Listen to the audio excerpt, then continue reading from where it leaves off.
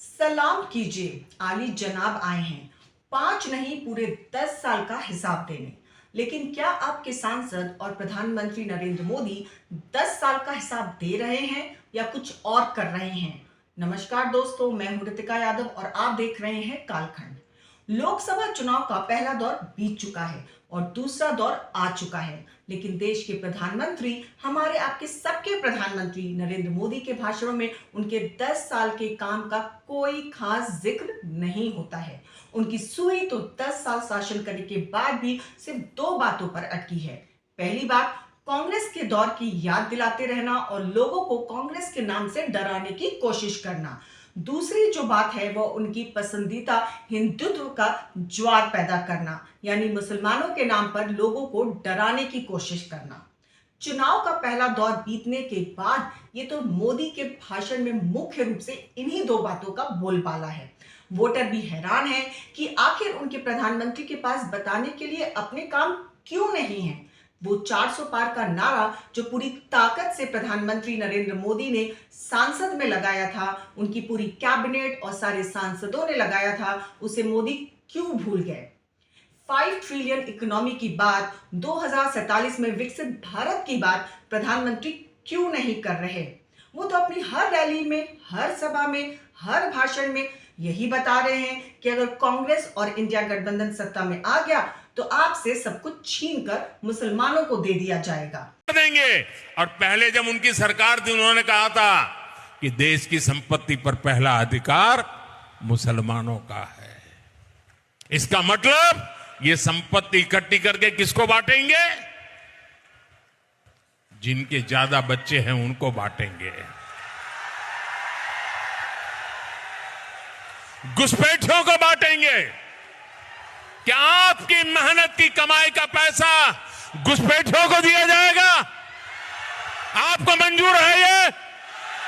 ये कांग्रेस का मैनिफेस्टो कह रहा है कि वो माताओं बहनों का सोने का हिसाब करेंगे, उसकी जड़ती करेंगे, जानकारी लेंगे और फिर उस संपत्ति को बांट देंगे और उनको बांटेंगे जिनको मनमोहन सिंह जी की सरकार ने कहा था कि संपत्ति पर पहला अधिकार मुसलमानों का है।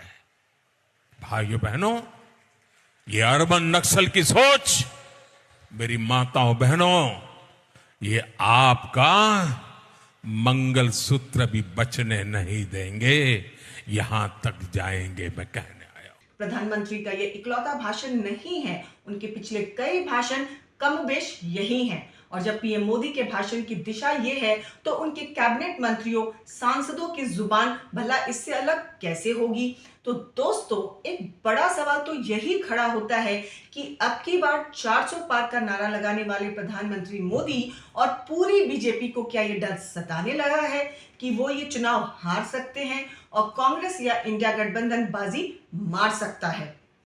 मैनिफेस्टो आपको अच्छा लगा? आपने देखा होगा कि प्रधानमंत्री पैनिक कर गए। हाँ, बिल्कुल हिल गए, घबरा गए। क्रांतिकारी मैनिफेस्टो है। ये हार का रुझान है। मैंने इसीलिए कहा कि इलेक्शन खत्म होने के बाद चुनावी परिणाम के रुझान आते हैं, लेकिन ये तो चुनाव का पहला चरण खत्म हुआ है, उसी में रुझान आने लगे हैं। ये भाषा का इस्तेमाल करना, इस तरह की बात करना हमारे लोकतंत्र को कमज़ोर करता है। जो संविधान है, जो इलेक्शन कमीशन है, इन चीज़ों पर रोक लगाता है। ये तो मन की बात है जो किसी और के माध्यम से किसी और पे थोप के कही जा रही है, लेकिन जनता जानती है कि किसान बर्बाद हुआ है और नौजवान की 1/3 जीवन बर्बाद हो गया। सोचो 10 साल में, और उम्र क्या होती है जीवन में, तो 1/3 जीवन इन्होंने खराब किया। इसलिए नौजवान और किसान और व्यापारी मिलकर के सरकार का सफाया करने जा रही जनता।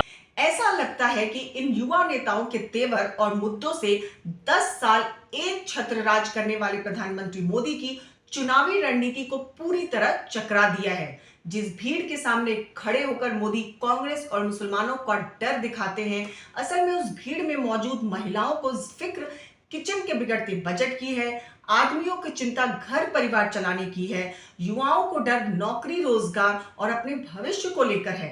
किसानों को फिक्र मौसम और महंगाई की मार झेलते हुए फसल की उचित कीमत हासिल करने की है। जिस ज्ञान यानी गरीब, युवा, अन्नदाता और नारी शब्द की इजाद खुद प्रधानमंत्री ने की, उन सबकी रोजमर्रा की समस्याओं को तो पूरे देश में कांग्रेस नेता राहुल गांधी उठा रहे हैं। यूपी में उन मुद्दों को सपा के अखिलेश यादव और बिहार में आरजेडी नेता तेजस्वी यादव उठा रहे हैं और ये तीनों नेता और कई दूसरे कर्तावर विपक्षी इंडिया गठबंधन के तहत प्रधानमंत्री नरेंद्र मोदी के 10 साल पर सवाल कर रहे हैं। उनके ये सवाल उनके वोटर्स की भी आवाज नजर आती है, क्योंकि भीड़ तो इन सभी नेताओं की रैलियों में भी खूब हो रही है।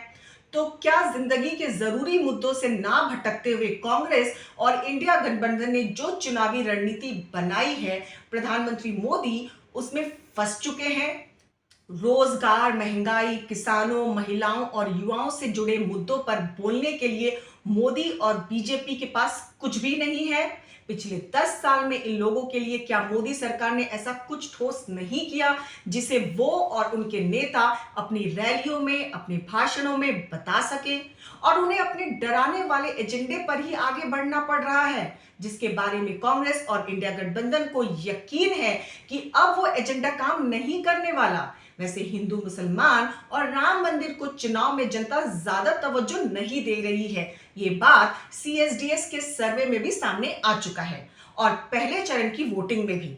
लेकिन प्रधानमंत्री मोदी के पास शायद जनता से जुड़े मुद्दों पर, उनके सवालों पर कोई जवाब नहीं है और कांग्रेस के चुनावी चक्रव्यूह में फंस चुके मोदी के पास हिंदुत्व और कांग्रेस के सिवा कोई मुद्दा नहीं बचा।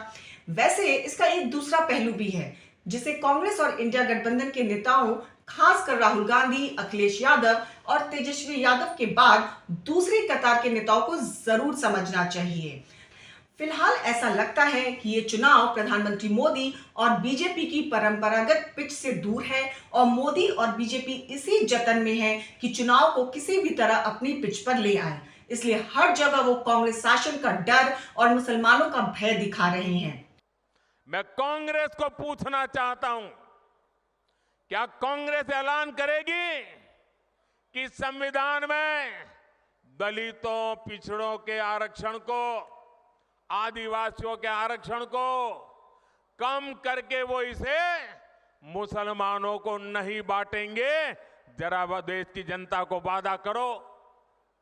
कांग्रेसी जहां भी आए, आपको मोहल्ले में आ जाए, आपके घर में मिलने आ जाए, जरा खड़े रख करके पूछो।